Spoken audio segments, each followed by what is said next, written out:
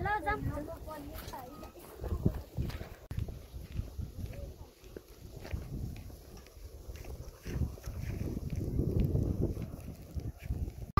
वनमा त काफल त कालै भएको छ खान जानुपर्छ ल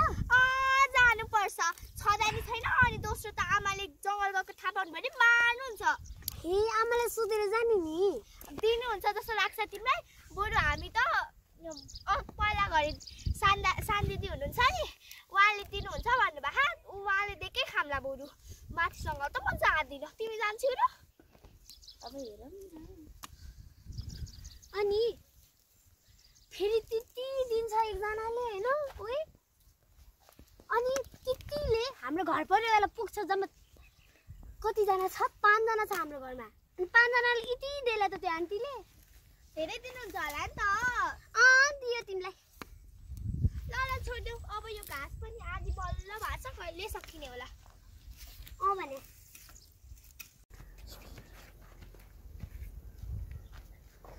उतेबाट आएको निसा हैन र हो नि कहाँ गएर आएको घरमा घुमेर आएको नि धेरै जोर नबोल न घाँस काटेर आएको भन्न सक्दैनौ अनि देख्दा पनि किन सोधेको होला ल हाम्रो घरमा धेरै काम छ हामी गए ल बाइ बाइ ए छोरीहरु आयो नि आमा कति भारी यस्तै माथि कति गर्नु होला त्यही त भनेको यस्तो गर्ने अब कसरी घटाउने नमस्ते आन्टी नमस्ते दादी सच्चै छौ सच्चै छु नि के कामले आयौ नि साथीहरु खै त भित्रै होला नि म बोलाइदिन्छु छोरीहरु बाहिर आउ त साथी आएकी छिन् को साथी आइन् त फेरि मनिषा के किन खेल्न आउ न ए ल हाम्रो भाइ त बिहानदेखि घरै आएको छैन भनेको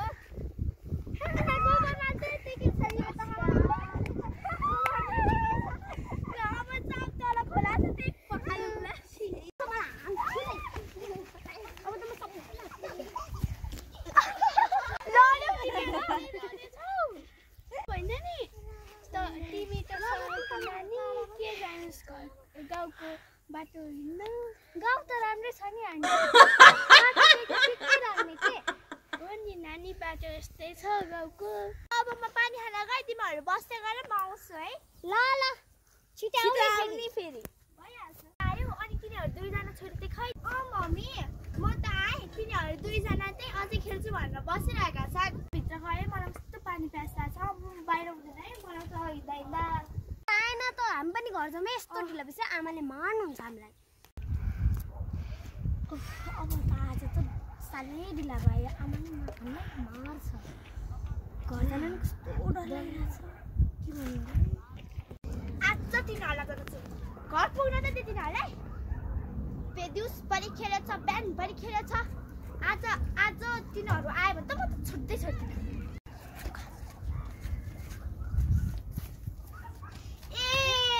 तिमीहरू आयो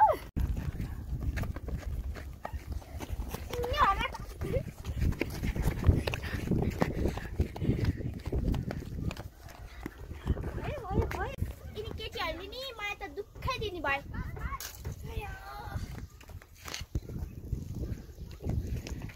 नमस्ते दिदी म त आएँ नमस्ते बहिनी धेरै पछि आयो बस अनि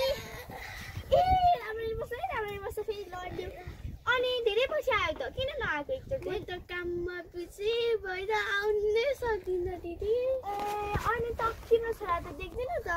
उतैतिर खेल्दै होला नि त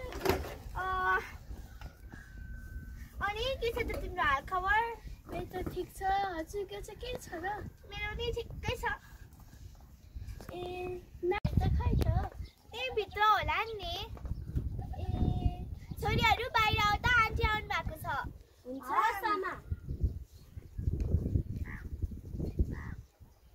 चिया खाने भए हुन्थ्यो ले पकाउँदै थिएँ भर्खरै तपाईँ आइहाल्नुभयो चिया पनि लिएर आऊ है ल हस्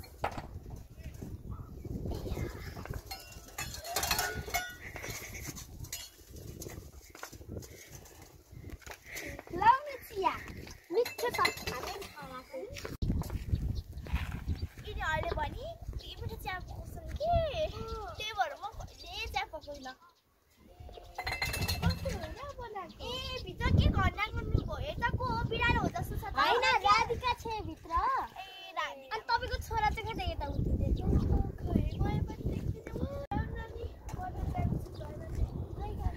ए हस् आउँदै गर्नु है आन्टी आउँदै गर है बहिनी कति बेरपछि आयो भेट बल्ल भेट भएको खाना खाएर जान्छौ कि हैन भो उतै पकाउँछु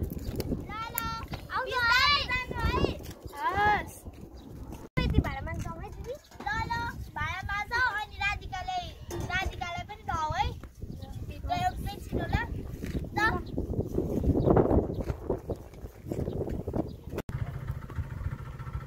आन्टी त काम पो गर्दै हुनुहुन्छ नमस्कार नानी नमस्ते कहिले आएकी सहरबाट दुई चार दिन भयो नि आएको हजुरले नदेखेर होला नदेखेर होला कस्तो लाग्यो त गाउँ गाउँ त एकदम राम्रो छ सहरभन्दा तर बाटोमा चाहिँ अलिकति कमी रहेछ